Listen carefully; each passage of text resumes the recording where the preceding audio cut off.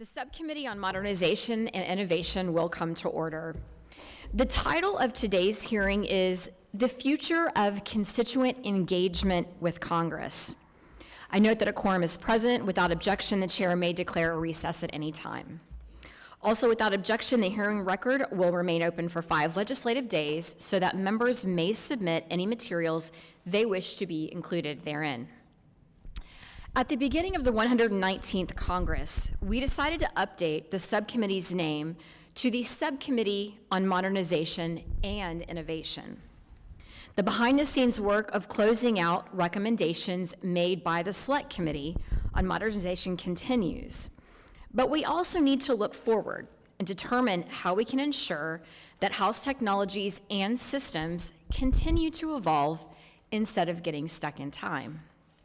This is where innovation comes into play, is leaning into this work. For the past couple of months, we've worked closely with the CAO on a comprehensive plan to provide co-pilot licenses and targeted training to our House staff. As of today, 150 member offices have licenses, and in January, licenses will be available to every member, committee, leadership, and House Support Office. Integrating AI technologies into House operations is really a game-changing first step in making the House a more efficient and effective institution. Constituent engagement, the topic of today's hearing, is another area that's ripe for innovation. There are all kinds of innovative tools and technologies that we could be using right now, rather than scrambling to play catch-up later. Communicating with our constituents is absolutely essential for doing our jobs, the jobs we were elected to do. Assisting with casework, responding to questions, and explaining our positions on the issues of the day requires interacting with our constituents in effective and meaningful ways. But as we all know, the communications landscape is evolving at a rapid pace, and there are now many different ways to engage and share information. Our constituents are exposed to new technologies daily, whether they're scheduling appointments, ordering food, or using AI tools at work. The forms of communication they encounter outside of Congress are much less common inside of Congress.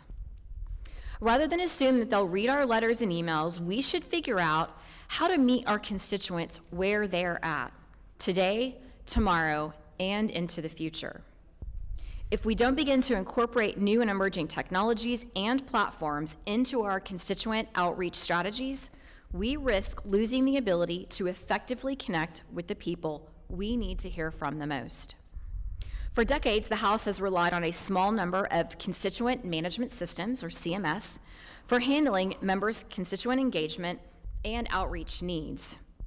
While these systems have added different features and upgrades over time, I don't think that any of us would call these systems cutting edge. That's not at all a criticism, as much as it is a reflection of the fact that the market here is limited, and it lacks the kind of competition that is typically needed to spark innovation. All of this presents us with a real opportunity to reimagine constituent engagement.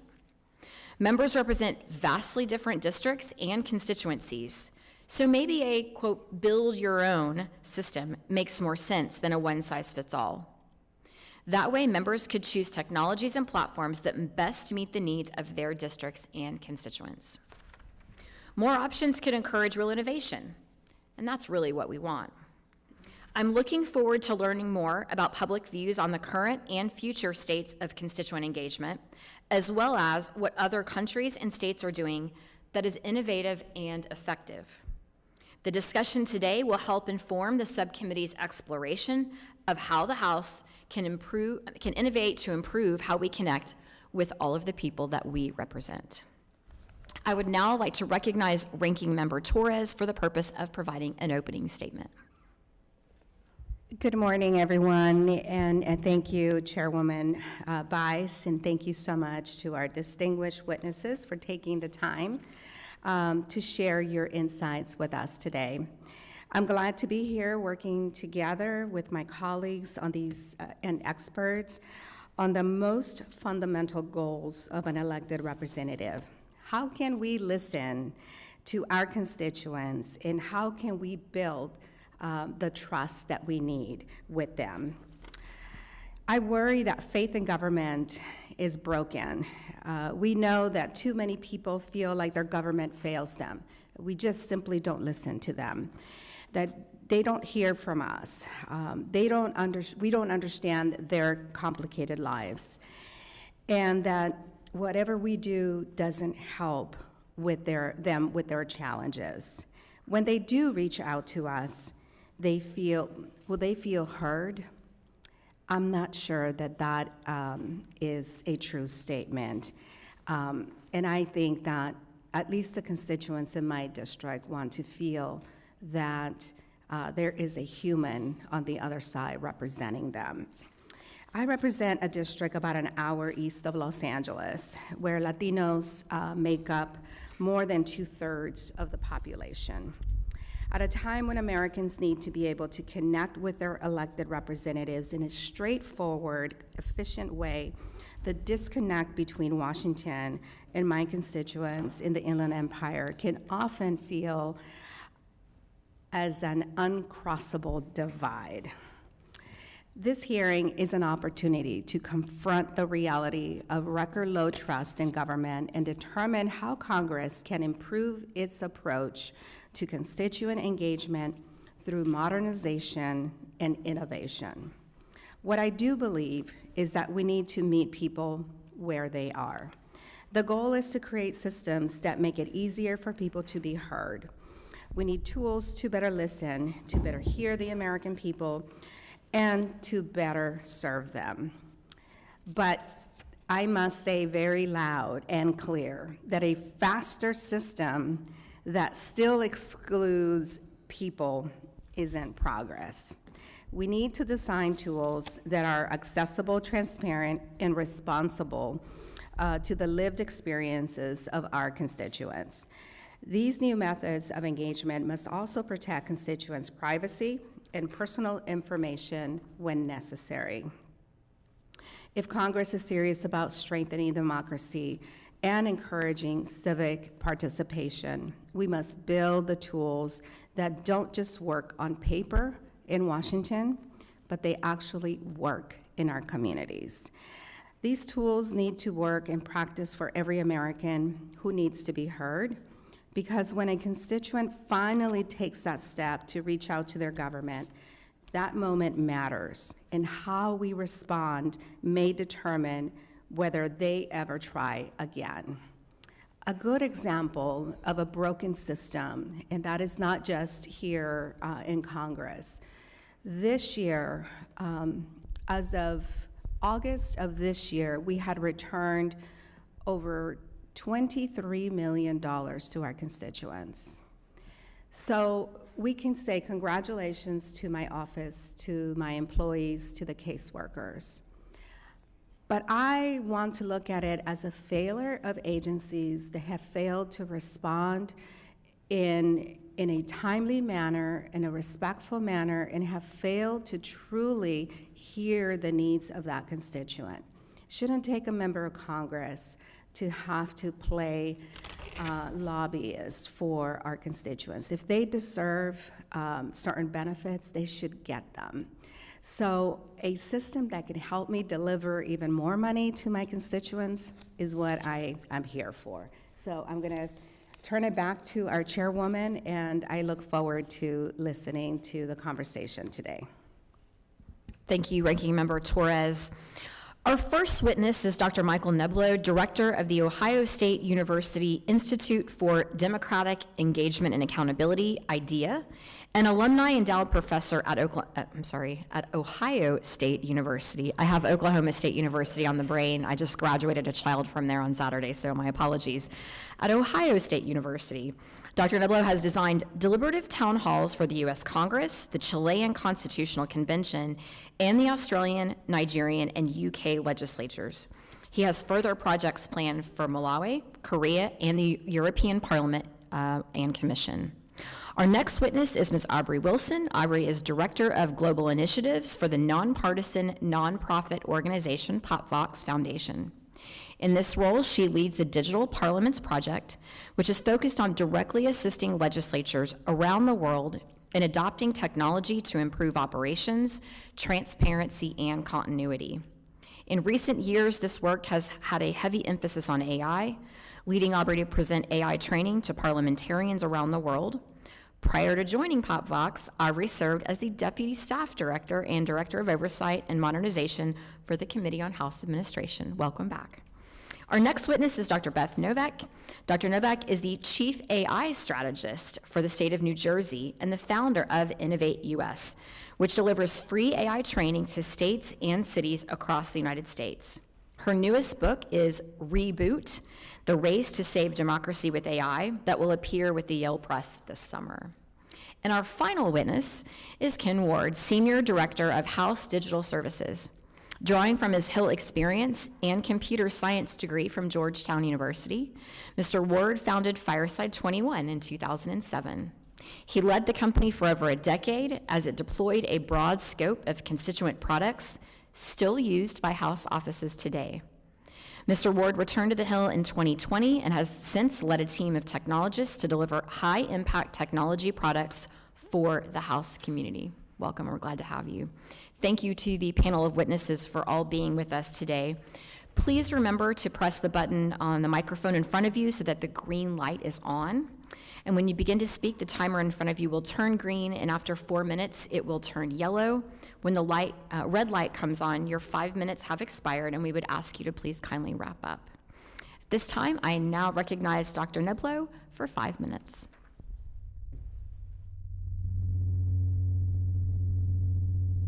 Chairwoman Vice, Ranking Member Torres, members of the committee, thank you for inviting me to speak today. Our founders famously established a republic, fearing direct democracy would lose sight of the common good. Less famously, they feared that if government were too indirect, Congress would lose touch with the common people. So they proposed capping the number of residents per district. Instead, Congress capped the number of districts. Americans today believe Congress has lost touch, but you represent 280 times the founders' limit. How could you stay in touch? This hearing turns that rhetorical question into a real question. How could future engagement help you stay in touch? How can technology help reconnect Congress to constituents? We partnered with this committee and the House Digital Services on a survey of 1,000 citizens to find answers. At best, only 1 in 5 contacted their member last year. What about the other 4? Their silence doesn't mean they're satisfied, because only 13% trust Congress to do what's right. So are they apathetic? No. The vast majority are frustrated. They're frustrated because they believe Congress doesn't care what people like them think and only listens to organized interests and party activists. So they see no reason to engage. We've worked with enough offices to know members care very much. As average citizens withdraw, however, only organized interests and party activists remain to tell Congress what they want. We've fallen into a self-reinforcing cycle. But there's good news. Governments around the world have used new approaches and technology to engage citizens in meaningful two-way communication. We could easily adapt them, and citizens are eager to try. Unlike apathy, frustration creates energy for change. Only 9% of our survey respondents said they wouldn't be willing to engage if they were invited to what they thought was an authentic and consequential forum. Our research shows that's not cheap talk. When we invite ordinary constituents to online deliberative town halls, previously disengaged citizens prepare, show up, and contribute more than those who already call your office.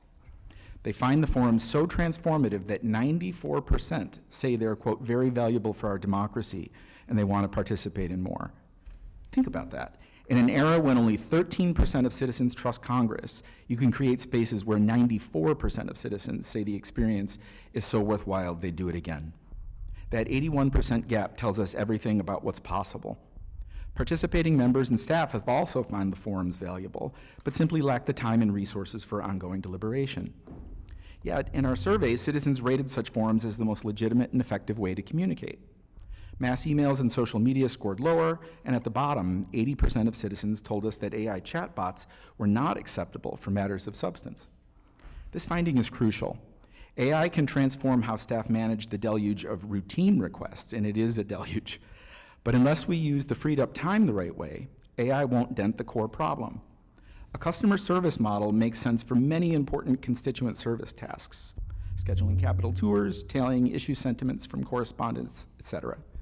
But think about what customer service implies about representative government. You own the company, and citizens can take or leave what you're selling. An office could have stellar customer service, and constituents will still find that problematic. Lobbyists might be clients of Congress, but citizens want to be partners in self-government, and I know that most members want to be such partners too. Engagement that treats them like partners produces lasting gains in their political knowledge, trust, voting rates, civility, and willingness to work together. These patterns hold in forums with over 7,000 citizens. Mr. Kilmer and Mr. Timmons' national forum with the predecessor to this committee rolled back 38 years worth of rising partisan animosity, the largest decline in polarization ever documented. Citizens also reward and encourage legislative expertise and collegiality in these formats. We've had similar success with official forums as part of the Chilean Constitutional Convention, the Good Friday Accords in Northern Ireland, and many others, with several more projects planned. Citizens are so frustrated with representative democracy that they're prepared to work around it through referenda and the like, and an alarming number are now willing to consider alternatives to democracy itself. But, like our founders, the vast majority would rather work with and through their representatives. That is, if we reimagine what that entails. I'm so grateful for this opportunity to testify because I believe the future of American democracy depends much more than we realize on the future of constituent engagement. The technology exists, the models are proven, your constituents are ready and waiting if you're ready to meet them. I know that all of us on this panel stand ready to help you do that. Thank you very much. Thank you, Dr. Nabilo. I now recognize Ms. Wilson for 5 minutes. Chairwoman Bice, Ranking Member Torres, and members of the subcommittee. Thank you for the opportunity to be part of today's hearing. I'm Aubrey Wilson, Director of Global Initiatives at Popbox Foundation, and as previously stated, a former House staffer who had the immense pleasure of working for the Committee on House Administration during the 117th and 118th Congresses. At Popbox, our mission is to help democratic institutions keep pace in a rapidly changing world. The majority of our team are prior congressional staffers, but our love for legislative institutions has expanded, leading us to work directly with parliaments around the world to transform their internal operations, helping them leapfrog from paper to cutting edge. Over the last 2 years, much of our work has focused on legislature's adoption of AI, specifically as it relates to improving internal operations. I've been asked to share international examples of how emerging technology is improving constituent engagement in ways that could benefit Congress. Chatbots represent one of the lowest hanging fruit. They are familiar to users, quickly deployable, and capable of providing 24/7 assistance regardless of users' age, language, or education level. Estonia has developed 2 AI legislative assistants for MPs and staff that search through parliamentary legislative databases to find information about current laws, legislative proposals, and amendments. While not currently public-facing, these chatbots are a model for how constituents might one day be able to interact with data on congress.gov to understand which bills have been introduced and how those laws may affect them. Estonia has also launched a public-facing chat interface through which citizens are able to access services across 18 agencies. Through this one point of service, they can file consumer complaints, apply for permits, renew ID cards, report car accidents, and even borrow library books. This vision of constituent engagement transcends the legislative branch by imagining government as an integrated service provider that could support individuals in navigating our complex ecosystem of federal agencies in any language at any time. Beyond streamlining access to information is enabling two-way interaction. Brazil's Ulysses Suite empowers constituents to leave detailed remarks about legislation via online poll. AI then groups and analyzes this broad public input and presents it back to policymakers, giving constituents meaningful participation while equipping legislators with actionable insights. AI can also foster quality constituent interactions at scale. In 2024, Remesh, which is a US-based company, facilitated an AI-assisted community dialogue between the major social groups in Gaza. The insights from this were aggregated into informative data for international negotiators in the ongoing peace process. These examples, along with the additional ones included in my written testimony, show what is possible. They also demonstrate that legislatures do not have to accept the all too common public perception that they are slow to innovate. With 441 lawmakers with diverse backgrounds and expertise, the House is already witnessing the deployment of technology in new ways by members and staff to engage with their constituents. The Congressional Hackathon, House Digital Service, Modernization Initiatives Account, and Congressional Data Task Force exemplify the resources available that institutionalize innovation. The House has all the inspirational components it needs, but it must go beyond one-off initiatives by adopting a new way of doing things that allows ongoing experimentation, learning, and refinement. As the subcommittee evaluates next steps for institutional modernization, we encourage you to partner with the CAO to reform House IT procurement and introduce transparency. While few tools are built specifically for legislative use, a vibrant marketplace of tools that can be used in Congress exists. And as other institutions share open source models, the selection of customizable legislative tools will also expand. Members who identify promising tools need a clear pathway for institutional approval. This subcommittee, in partnership with the CAO, has a wide spectrum of potential approaches to support responsible innovation. For instance, the subcommittee can support the CAO in exploring new contracting vehicles. It can work with CAO to establish rapid pilot authorities and provide guardrails on low-risk, no or low-code experiments. It can champion innovative projects like House Digital Services' amazing data lake and innovation sandboxes, where members can test new tools before institution-wide deployment. Together, additionally, the subcommittee and CAO must prioritize the establishment of robust but expedient cybersecurity review processes. A one-year authorization timelines for new tools is incompatible with two-year election cycles. Finally, building off of Catherine Spindor's legacy, the next CAO needs to be ready to work hand in hand with this subcommittee to usher in the next era of House innovation by identifying actionable solutions that empower members to pilot, experiment, and reimagine how new tools can serve constituents. Around the world, legislatures are experimenting with emerging technologies, deploying new tools, and learning from each other about new approaches to the future of constituent engagement. The House can benefit from this innovation, but only when it has adopted the internal processes to institutionalize new ways of doing things. Thank you for being leaders in this conversation, and I look forward to your questions. Thank you, Ms. Wilson. I now recognize Dr. Beth Novak for 5 minutes. There we go. Good. Chairwoman Bice, Ranking Member Torres, members of the subcommittee, thank you for the opportunity to testify today. It is precisely at this moment when Congress is most overworked, when the issues are getting ever more complex. The committee staff are roughly 40% smaller than they were in 1980. When the support agencies, CRS and GAO and CBO, they've shrunk 45% in the last generation. Public engagement at this point really can sound like an unreasonable burden. Frankly, it's hard enough to field more than 81 million calls coming into Congress every year from constituents. Historically, let's be realistic, meaningful participation has been too expensive. It's been too time-consuming, and it's really lacked the structures that has made public contributions useful for institutions. The web has made it easier for everybody to talk, but that doesn't mean it's made it easier for our institutions in our democracy to listen. But in the state of New Jersey, what we've learned is that pairing the right artificial intelligence tools today with a disciplined process, with the right design, can actually make it possible for government institutions both to serve residents better, to deliver services, but also to listen and to govern. Not only faster and more efficiently, but also more inclusively, even at scale. And there are two recommendations that are outstanding, 176 and 174 from this subcommittee, that provide a practical starting point for what we might do and for that transformation. So 176 calls for exploring ways to solicit public input for committee hearings. Long before generative AI, Brazil's Senate, larger than our own, began inviting residents to submit questions for committee hearings both by phone and on the web. Today, the Brazilian Senate has been integrating AI tools that are helping staff deduplicate comments, cluster similar questions, and highlight those that directly are relevant to a committee's oversight goals. Participation has been substantial. 46,000 questions across 546 hearings in 23, and 69,000 questions across 440 hearings in 24. Public input has become so routine that the staff report to me that when they don't get it in fast enough, the senators call them and say, "Where's my list of questions?" This subcommittee could begin testing Recommendation 176 through a simple, low-risk pilot conducted over the course of a few hearings that invite the public to submit questions. But look, until recently, the idea of putting up an open text box on the web and say, "Comment here," this was really an impractical idea.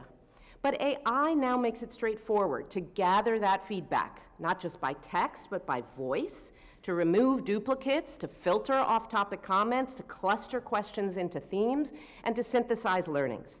I outlined the specifics of this process in the written remarks, but let me just add that my students in a program we call AI for Impact that we teach through Northeastern University and our community college system in New Jersey, they are embedded full-time with government partners. They just built a tool, a free open source tool called Open Feedback, which is being deployed at scale by the City of Boston. Residents can submit feedback in natural language, and the AI assistant responds with clarifying questions to improve the submission. The tool allows staff to organize comments by topic, to analyze patterns, and to route issues to the right department for faster feedback. The next AI for Impact cohort begins in January, and we'd be happy to adapt this tool for your use and to be of use. Through Innovate US, the free, nonpartisan, nonprofit, peer-to-peer training program that I founded, where government professionals teach one another how to use AI, and where we've trained 150,000 people around the country now in using AI to serve the public, we're learning from jurisdictions around the country, from the Engaged California Project, from the Bowling Green Engagement Project, from work we've done in New Jersey and around the world, about how different jurisdictions are using AI to do engagement at scale. We're turning those learnings into a training which we will be happy to provide on how to effectively use AI for public engagement. Of course, there are risks, and Congress must guard against hallucinations by ensuring that we're using AI to sort and to organize and not to make decisions. The greater risk is, of course, that we engage in ineffective or performative engagement that's disconnected from real decision-making. But these pilots, they create an opportunity, a practical and immediate way to tap the expertise and the lived and credentialed experience of the American public to strengthen lawmaking, to strengthen oversight, and to quote Michael, we all stand at the ready to assist. Thank you. Thank you, Dr. Novak. And just a bit of housekeeping. You probably heard the bells. House votes have been called. We will go ahead and finish opening statements along with the opening statement from Ranking Member Morelli of the full committee. And then we will take a brief pause for members to go vote, and then we will return. So at this time, I recognize Mr. Ward. You're recognized for 5 minutes. Good morning. Thank you for inviting the Chief Administrative Office to participate in today's hearing. I'm joined by our CAO, Catherine Spindor, our Chief Information Officer, Jamie Kratz, our Chief Digital Officer, Bob Barrett, and our Deputy Chief Information Security Officer, Addie Adeniji. Personally, I've spent my entire career in and around the legislative branch. I worked in a member office. I founded the citizen engagement software company Fireside 21, and I served as CEO for 10 years.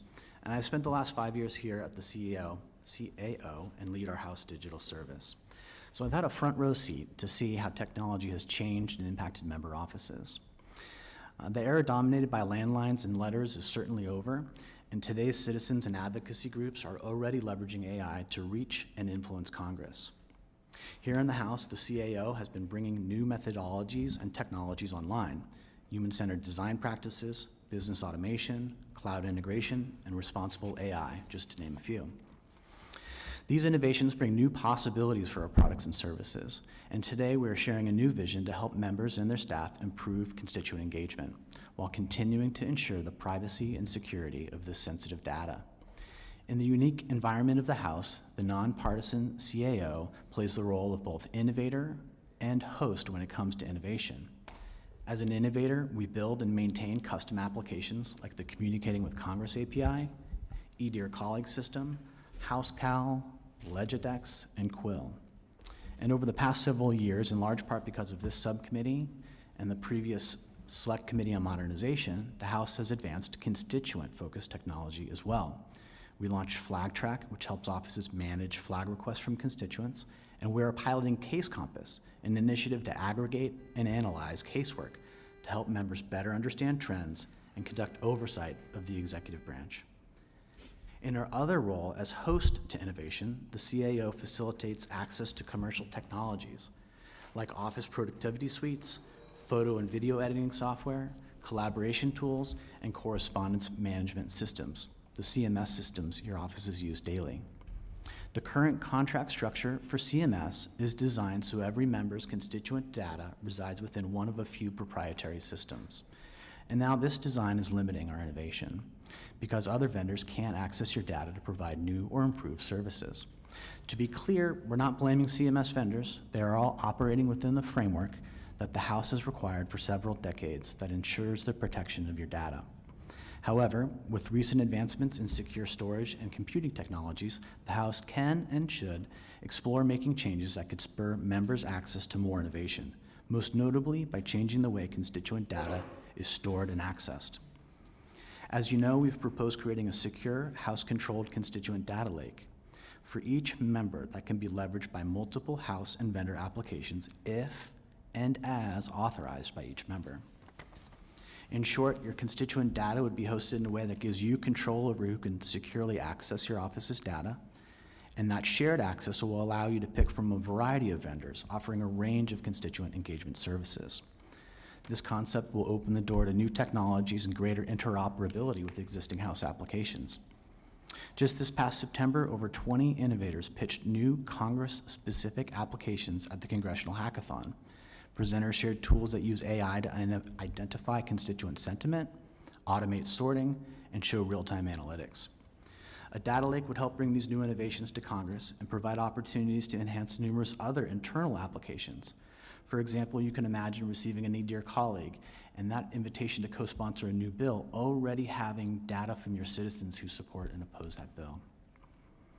So we think our issue is not a lack of innovation, it's just an access to this innovation. Migrating to a House-controlled data lake will require a multi-year investment. However, our iterative approach will not only validate ongoing investment, but also deliver new capabilities along the way. New capabilities that will be available to all member offices without the need to switch your CMS. If done correctly, building a data platform that focuses on security, governance, users, and constituents, the House will spur both internal and external innovation and constituent engagement. It's a future where members are more empowered with a wider range of options to best serve and interact with the American public. Again, thank you for today's invitation and happy to answer your questions.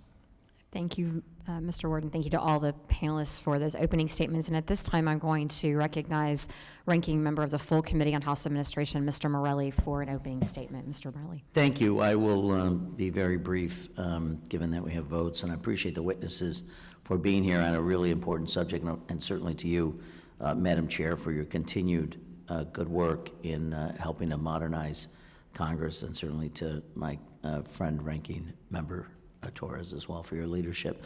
I do want to acknowledge Catherine Spindor, who's retiring in the next few days, and thank her for her long service to the Congress. We're very, very grateful. I wish her the very best as she transitions to the next phase of her life. And also just want to acknowledge Mike Carey, who keeps adding layers of clothing because it's so damn cold on that side of the room. And the House Administration Committee ought to do something about it. But in a serious mode, I think of, as I was thinking about this sort of in my head, how constituents engage with Congress. And I'm sure there are many different buckets, but the four that I'm particularly interested in, one is just access to information about Congress, what bills are happening, making it easy to access that so it's not as bewildering as it may seem to people. The second is sort of the interaction with members, engaging us in terms of providing perspective on issues before the House, issues before the country, what they think we ought to be doing, and for us to be able to engage with constituents. So that interaction is very important. And then the last two are related. One is access to government services. How do people know how to connect with all the things that we offer, both federal, state, local? And then the final, which is related and adjacent, but is access to community services. How do I know if I'm suddenly in crisis? How do I know to engage? And I think many times when we do constituent services, people reaching out because they're entering into a system that is to them bewildering. And at a time when we have clearly lost the faith and confidence of the American people institutionally as government, those last two buckets may be in some ways the most important, just because as people are in crisis or family members are in crisis, how do they engage? And I have some real thoughts on that. The introduction of AI clearly is critical, and I'd love to learn more about it. I will admit many websites I go to where I'm doing a chat bot, and it's clearly a chat assistant, I find incredibly frustrating. I don't feel like, I feel like I might as well read the frequently asked questions because there's no other engagement other than the frequently asked questions is being regurgitated to me. And that will get better, but clearly having humans engaged in this is going to be a big deal. And I appreciate all of what you have to say, and I'm looking forward to after votes coming back and engaging again. Madam Chair, thanks for giving me the opportunity to say a few words. Thank you, Ranking Member Morelli, and I want to second the comments that you made about Catherine Spender and her departure from the CAO. It's been a joy and pleasure working with the entire CAO staff, but particularly Catherine, on these endeavors, and your presence will be noted as you depart for greener pastures, potentially. So with that, we are going to take a recess of the subcommittee, and we'll return upon the conclusion of votes. Can you call Angela to see where Andrea? To heat up, to warm up, space heater. Most people have a little space. We need one here for witnesses. It's maybe meant to keep us on our toes. I'm all over the place over here. No, it's fine. I feel bad. I stepped on it.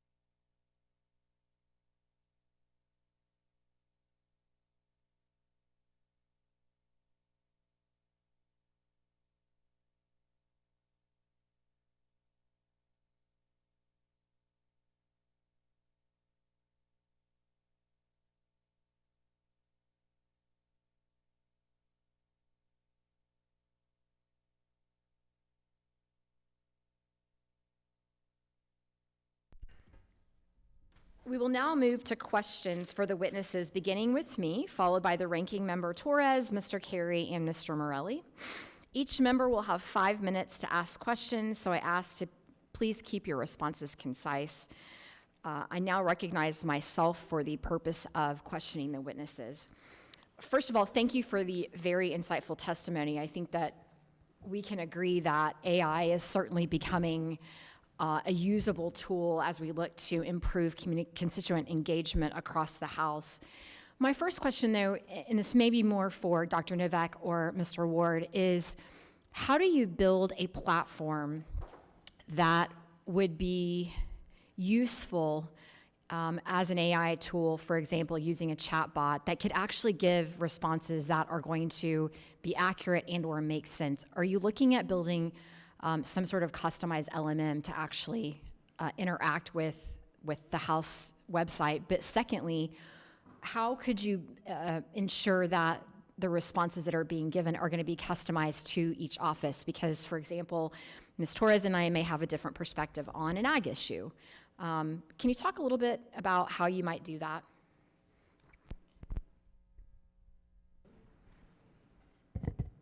No red light on my end. So I thank you for the question. I think one of the things that we've done in New Jersey, first of all, and that we've done through our work building tools for other states as well, is to start with internal-facing chatbots. So I think it's really important to recognize that these tools are extremely good for synthesizing information, and that's what's made it possible to do things like train an AI tool on a specific corpus of documents. So that would mean a member could, and it's something, by the way, that together with PopVox, the AI for Impact program, built the first and tested the first chatbot for a member, where we loaded it with all of that member's position statements, bill drafts, et cetera. And then the tools are getting much better at restricting responses only to what is in that corpus of knowledge. So that's one way to avoid the hallucination problem, number one. Number two, internal-facing tools, so that what you're doing is giving staff a tool that they can use to quickly give answers to people. So in New Jersey, for example, we're not using chatbots to answer constituent calls. You're not getting a machine. What you're getting is a human who in turn has a good lookup tool on their end that's allowing them to synthesize a lot of information. So I think the best place to start is with those tools for the people answering the phone to make their jobs easier. But the tools are allowing us to get better, especially when you train them to restrict their answers to a specific corpus of knowledge. That's also what's allowed us in New Jersey to bring down the time it takes to answer a call from 40 minutes to now 3 minutes, and modernize all of our call centers using some of these practices. Fantastic. Would you like to add anything, Mr. Ward? Yeah, I would just echo that. I think we have a lot of opportunities here internally for those chatbots. So there's a use case where staff is trying to find House operational information that could be on HouseNet. There's the data that is private to your office. That could be a different chatbot. There's data in your CMS. That could be a separate chatbot. And so it's just about structuring data the right way to enable those services. Perfect, thank you. Dr. Neblo, I'm going to pivot to you. Your testimony highlighted the mismatch between public frustration and Congress's current engagement methods. What specific institutional reforms would help bridge this gap and make constituent input more actionable for members? Thank you. It's a great question. At the Institute so far, we've had a relatively small set that we've implemented and have hard evidence on. And I try to follow a kind of political science Hippocratic oath. So I'll separate a little bit between what I have firsthand scientific evidence about, and then some other ideas that we don't have as much backing on. But deliberative town halls, we have done, I forget how many now, and none have gone badly. There's some. Define gone badly. Okay, define gone. That's a great question. In no case has a member not gained trust approval. Voting for the member rates. Now, in some cases, it's small. In other cases, it's eye-popping. So gone wrong would be the member stuck their neck out, tried something new, and it hurt them in the eyes of their constituents. That's how I would define it.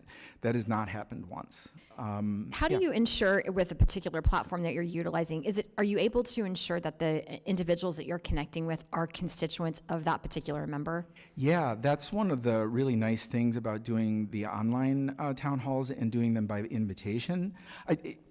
In principle, somebody that we give the invitation to and have the verified link could give it to somebody else, but not be on at the same time themselves, right?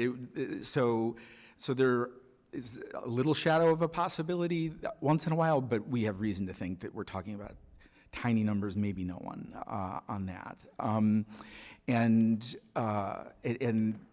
The results are really quite large. Your predecessors on the Select Committee did a joint bipartisan town hall, and 2 weeks after it, affective polarization, dislike of the out party relative to the in party was as if 38 years ago. 38, I mean, over 100 studies have been published trying to lower affective polarization. This is the largest one, and most of the other large ones, you can't talk about politics. We need to learn how to talk about politics, right? Thank you very much, Dr. Miller. Appreciate that. I'll now recognize the ranking member, Ms. Torres, for 5 minutes. Thank you. Again, I'm really excited to hear more about this developing technology. Certainly, the in-person town halls have caused a lot of security concerns. They require law enforcement presence, security presence, not just for the member, but for the attendees. So to be able to have a conversation with constituents, for me, has been a lot more work, because that means that we have to limit information to maybe 120 people in a smaller setting, or we do a lot more roundtable discussions with 30, 40 people, versus doing a town hall that can bring in, 400, 600 people. So I look forward to continuing to hear more about that. On the issue of securing data, I think you and I talked a little bit, Mr. Ward, about some of my concerns that I have. We have a lot of casework that is open. Some of it is 10 years old. It takes that long to get some of the cases completed. I want to be able to, when a constituent calls my office, for anyone in the office to be able to respond to that constituent, so that constituent doesn't have to wait for the worker assigned to their individual case to get a response. We're still researching your information. We're still waiting for the agency to reply to us. We can't check back in for another 3 or 4 days. But how do I ensure that anyone who answers the call in my office, in any one of my offices, and many times they're interns answering the phone, has some data available that they can immediately respond to that caller, but not be able to see specific data such as the Social Security or identifiable information for that constituent?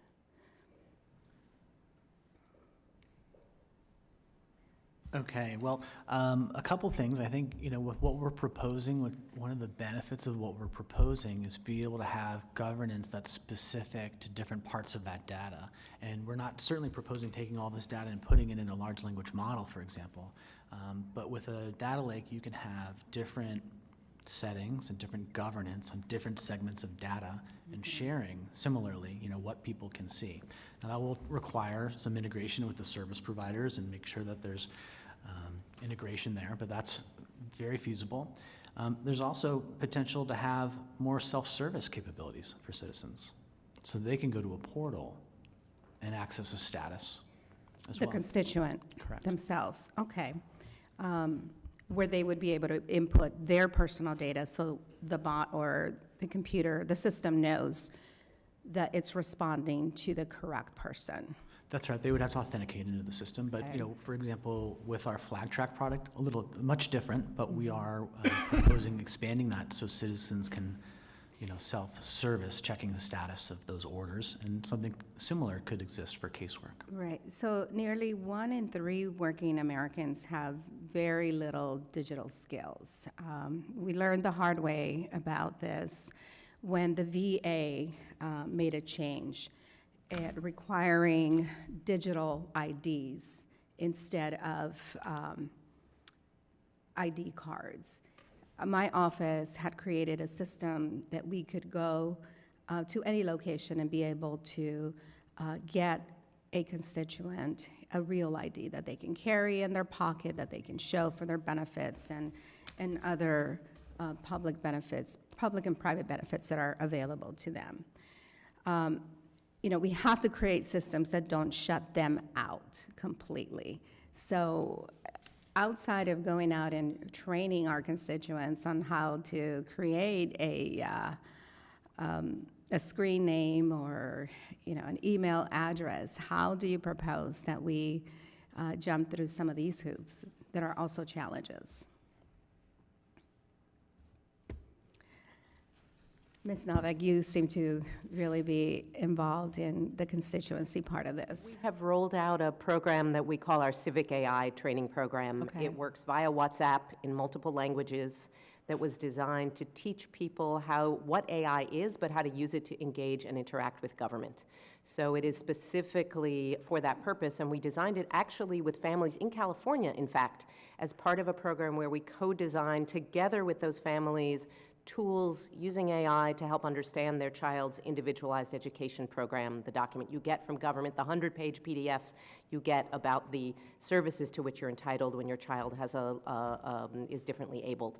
So we believe that citizens are smart. They want to learn. They're capable of not just understanding what these tools are, but helping to build them. And so that's why we're rolling out via the mobile phone multilingual support free in how to use AI to interact with government. What is the program called?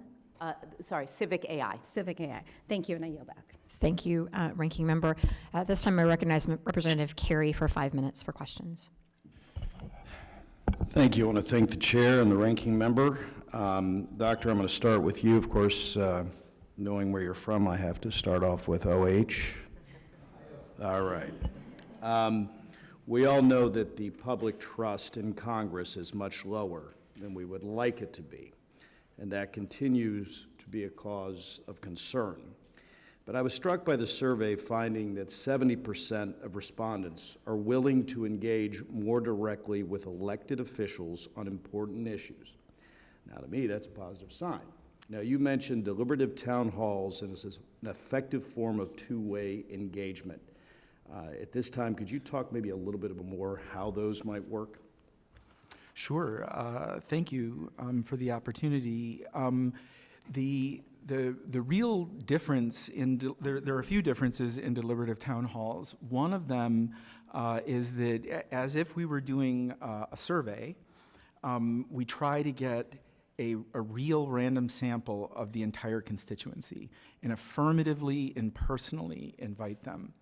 And it turns out that it could seem like there's a contradiction. Citizens saying they don't think members care what they think, and yet they want to engage, right? And the distinction is that when the member affirmatively reaches out and says, no, really, I want to hear what you have to say, how does Tuesday at 7 sound? The citizen says, oh, okay, they're one of the good ones. It's very, very fragile, very, very easy to get them to believe that you do care. And that's where the apathy, frustration difference is really important. So affirmatively inviting a very broad sample. And the broad sample also tremendously alters the dynamics.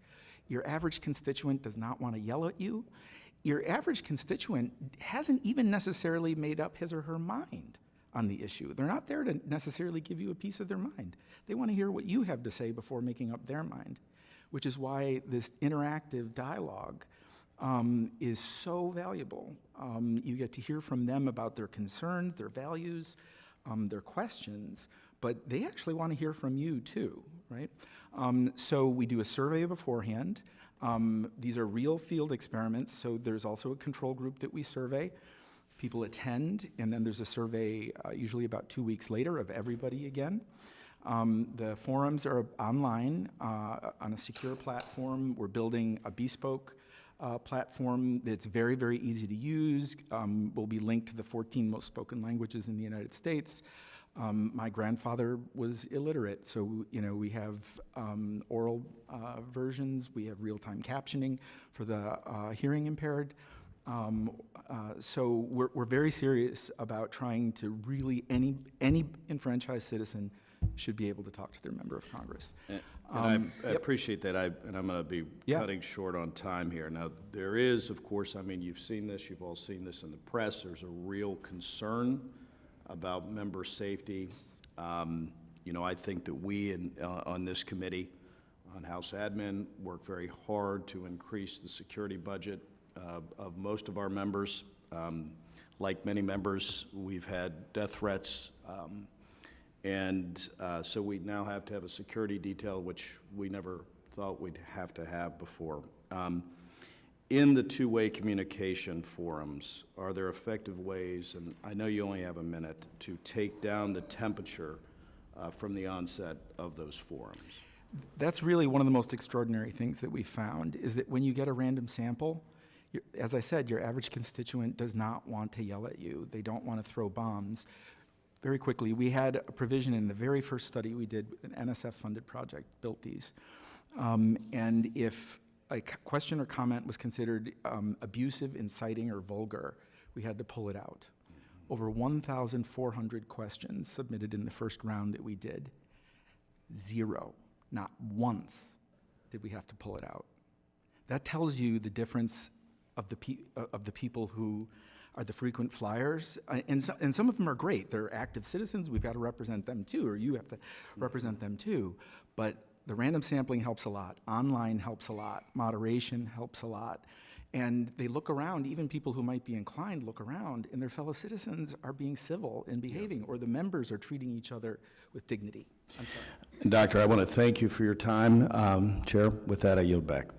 Thank you, Mr. Carey. And at this time, we do have time for a second round of questions, so I will recognize myself for an additional 5 minutes of questions. Ms. Wilson, I want to direct this to you. You've worked with legislatures around the world. What lessons from global experiments with AI do you think that Congress is uniquely positioned to maybe adopt? All right, thank you so much for these questions. I will start by saying that our work with international legislatures has actually been an extremely eye-opening experience, especially as a prior congressional staffer. I think that I took for granted the incredibly robust IT infrastructure and all of the benefits of that this body has. And I think that that's in itself a lesson to learn from. With a lot of the legislatures that we work with, the way that they're implementing AI is to rapidly modernize their internal processes in the practice of just digitizing documents, making data accessible, getting up-to-date websites, things that we really do take for granted, I think, as a U.S. Congress. But that really, I think, showcases that the fact that the U.S. Congress already has such a strong IT foundation lets you kind of build on top of that. So while other countries are using AI to kind of build that foundation, we actually have the ability to experiment and to be the people who do design the future of constituent engagement. And so I would say that that's kind of the first element. The second element is one of the biggest kind of difference makers with international institutions that have been able to kind of move more agilely is having internal processes that allow them to test and experiment and adopt new tools. And a lot of that comes back down to kind of your internal authorization and security protocols. And with that, having kind of a tiered system has really helped kind of expedite the ability for new tools to be tested that are low risk and be more quickly adopted, so that then they can be implemented and staff and members can start benefiting from them. That was an incredible segue into my next question to the panelists, so thank you for that. There's a couple things that we think about when we're trying to launch new technology within the House, specifically cybersecurity. It becomes a big topic of conversation. I think that for the panel, I would ask you all, there are rigorous standards to become a vendor for the House, and some of the individuals that want to partner with us may have their particular platform rejected for a variety of reasons.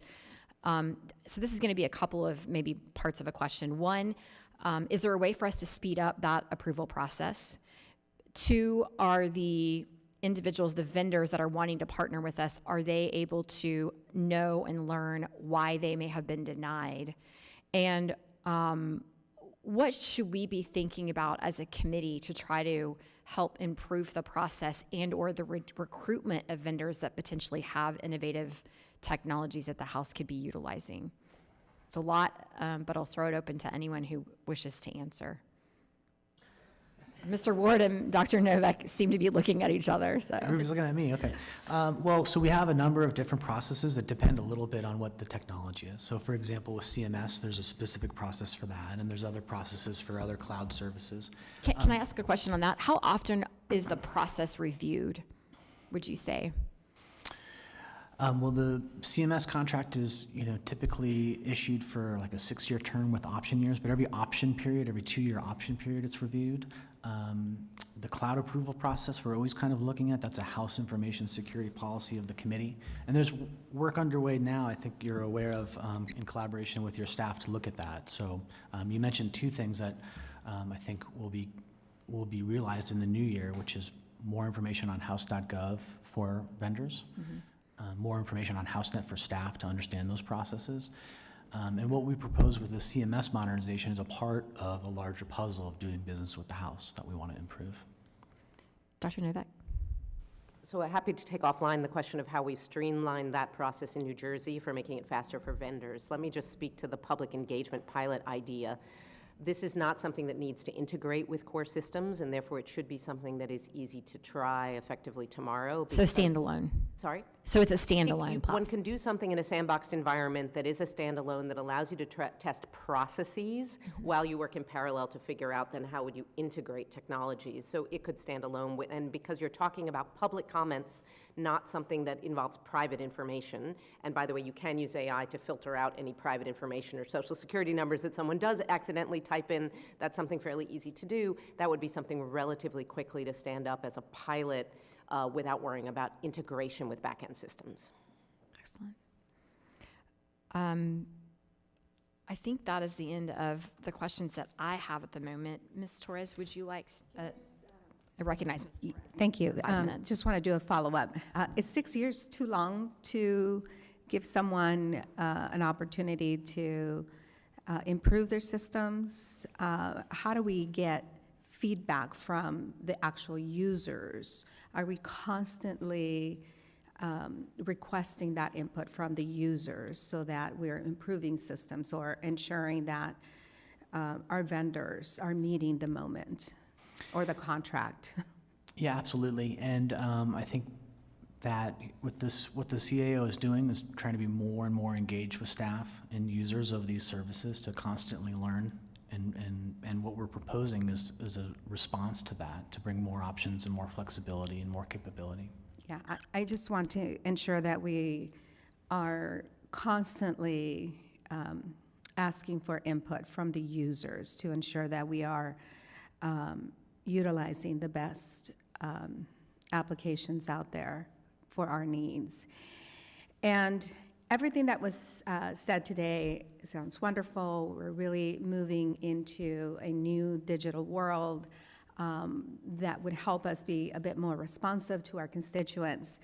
But all of that is only as good as the internet services that service our communities could withstand. And I can tell you that I chose the location of my district office to be directly across from an international airport, thinking, it would be a great place to have the best Wi-Fi and the best internet services in this suburb.